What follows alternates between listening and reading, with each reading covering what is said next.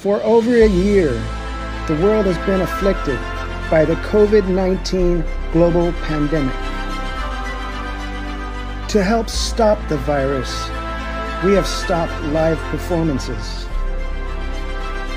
But the virus cannot put out the fire that burns within us. Our passion to perform remains as strong as ever. We will not waver in our commitment to our supporters, to our fans, or to our members. We will strive, as we always have and always will, to celebrate the values that bring us together. We will celebrate Chinese New Year 2021, apart but together, as one. Let's go. Lion dancing takes a lot of training and dedication. Kids who get into lion dancing learn a lot more than just how to do it. They also learn discipline, respect for each other, and most importantly, teamwork. Because playing a lion involves two people working together. Although the training is the hard part, the performances are the fun part. So you can say that performances are a reward for their hard work. But it's more than just that. Kids learn that nothing in life is easy and that all good things are earned through their efforts. And they also learn to overcome obstacles in life. In fact, lion dancing is exactly about overcoming obstacles. When you watch a lion dance, there's lisi, or money in a red envelope, and a head of lettuce. The lisi is an offering to the lion for it to bless a store. The lion takes the lisi, then chews up the lettuce and spits it into the store for good luck. Getting the lisi is the lion's goal. But sometimes it's hung over a doorway or someplace high where the lion player have to stack on each other to reach it. Or it may be laid on the ground in some kind of pattern or puzzle for it to solve. These represent obstacles in life, and the harder it is to get the lisi, the greater the obstacle you have to overcome. If a store owner presents a puzzle or an obstacle, it could mean that his business had a difficult year. The lion overcoming the obstacle would mean good luck for him in the new year. Which means that lion dancing is much more than something exciting to watch. It has a lot of meaning and symbolism behind it.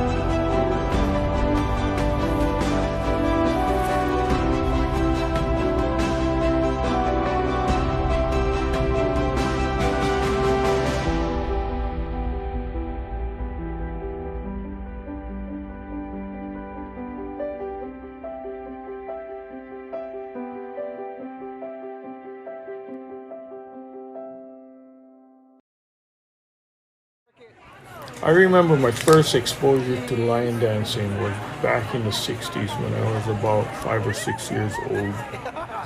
Some of my most memorable experiences was seeing the lion dance on the streets of Chinatown among all of the loud firecrackers. I just loved that smell and the loud music and watching the lions attack the firecrackers. And in appreciation for having their shops blessed, store owners would bring out loads of Chinese food and refreshments to feed the Lion Club. It was one of the best memories of lion dancing I ever had. I grew up in a largely Chinese neighborhood where kids I grew up with all joined the local kung fu club down the street. Back then, and even nowadays, line dancing was part of the kung fu club. Every Chinese New Year, not only did the neighborhood kids celebrate in Chinatown, but they even brought the equipment home to the neighborhood, and the kids would, play lion dance and borrow the lion equipment and the instruments and celebrate in the neighborhood. They would go house to house, blessing each house, and everybody would be having such a great time. Yet another memorable experience. They all had such a great time doing that it made me want to join the club.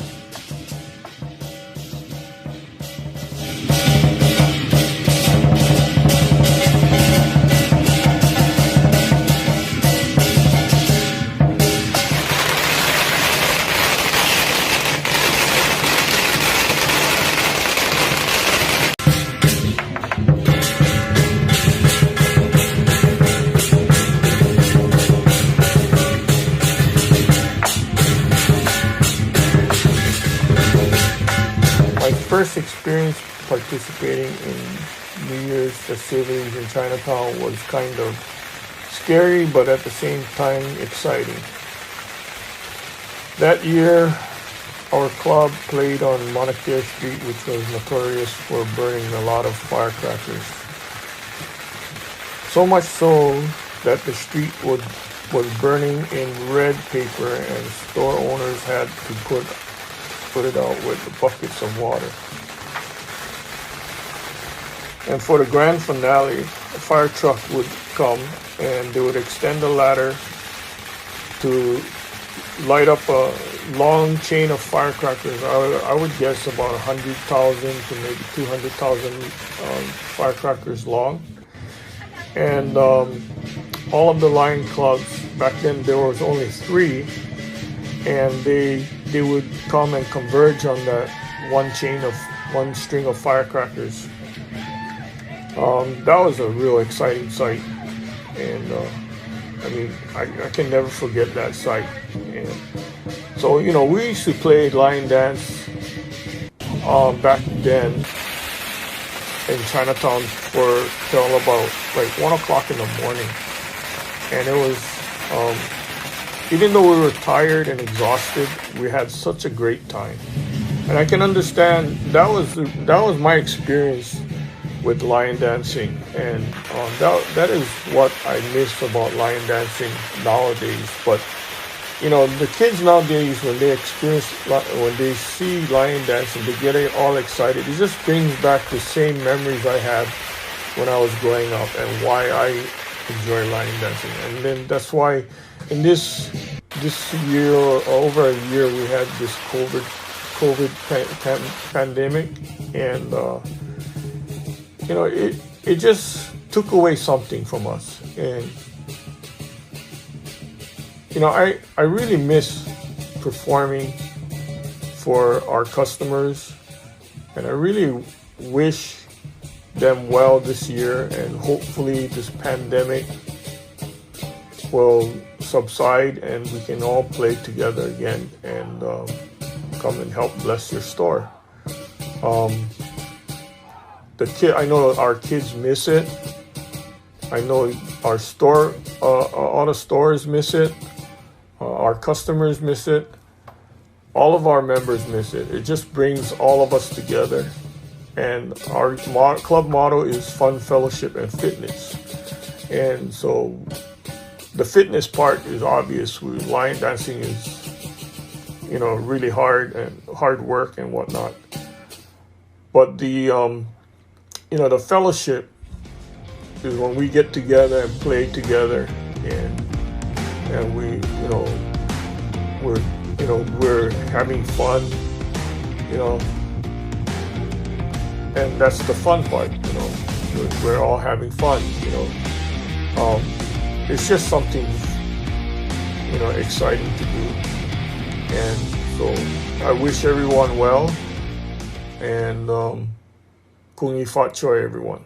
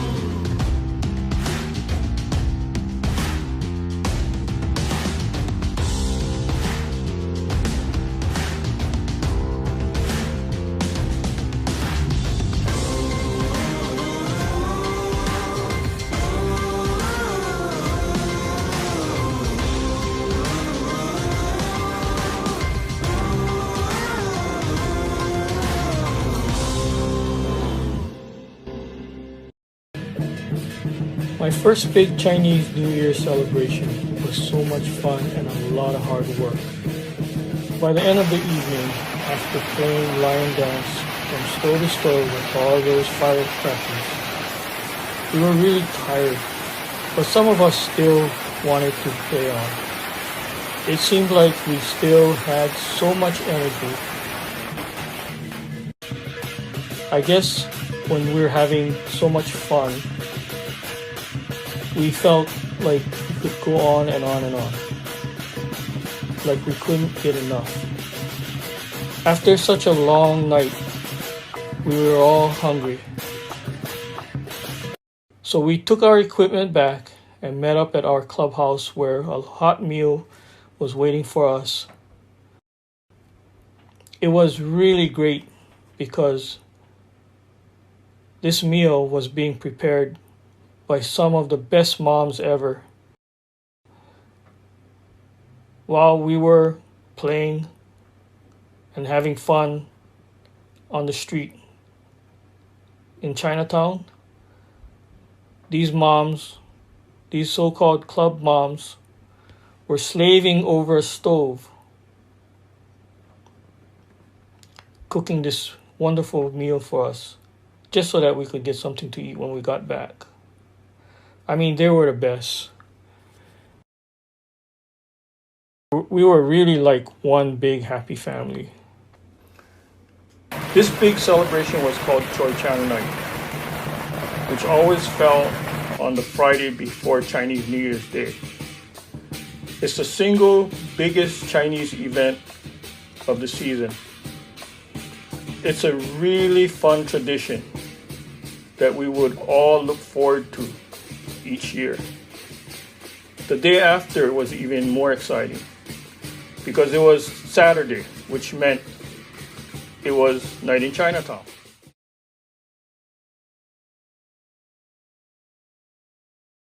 Night in Chinatown is a big block party where they would shut down Mauna Kea Street, which was like Main Street Chinatown. There would be food booths, stage performance, and a parade. It's an event that really attracted a lot of people.